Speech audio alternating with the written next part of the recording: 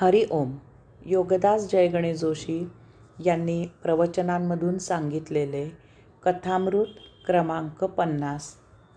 प्रभू कार्य. बाळकोबा एका गावाला काही कामानिमित्त जात होते. वाटेत एका ठिकाणी शेकडो मजूर दगड तासायचे काम करत होते. बाळकोबांचे कुतूहल जागे झाले. गेल्याच महिन्यात ते जेव्हा तेथे गेले होते तेव्हा तेथे असे काही काम चालू नव्हते. त्यामुळे हे नक्की काय चालले आहे हे जाणून घ्यायची त्यांना इच्छा झाली. त्यांनी तेथील एका मजुराला विचारले, हे काय चालले आहे? त्या मजुराने बाळकोबांकडे एक वार पाहिले आणि त्यांच्याकडे पूर्ण दुर्लक्ष करून तो पुन्हा दगड तासू लागला. बाळकोबा मग दुसऱ्या मजुराकडे गेले. त्याला त्यांनी विचारले, हे काय चालले आहे? त्यावर तो मजूर जरा त्रासून म्हणाला, दगड तासतोय हे समजत नाही का? बाळकोबा मग तिसऱ्या मजुराकडे गेले. त्याला त्यांनी विचारले, हे काय चालले आहे? त्यावर तो मजूर म्हणाला, काय करणार साहेब, पोटासाठी राबतोय, कष्ट करतोय, बायका मुले आहेत, त्यांना खायला घालायचे म्हणजे काय काम करायला पाहिजे, असे म्हणून तो दगड तासू लागला. बाळकोबा मग चौथ्या मजुराकडे गेले. त्याला त्यांनी विचारले, हे काय चालले आहे?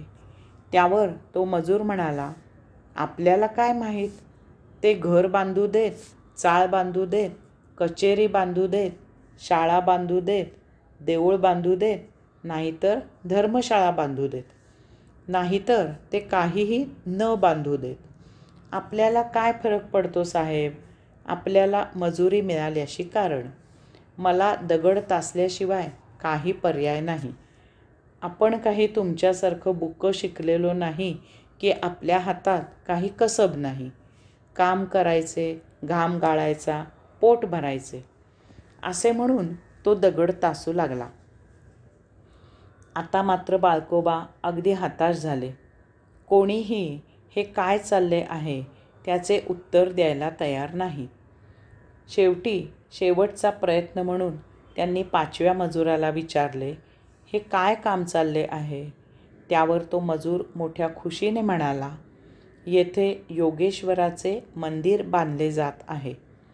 आपल्या हातून प्रभुसेवा घडत आहे.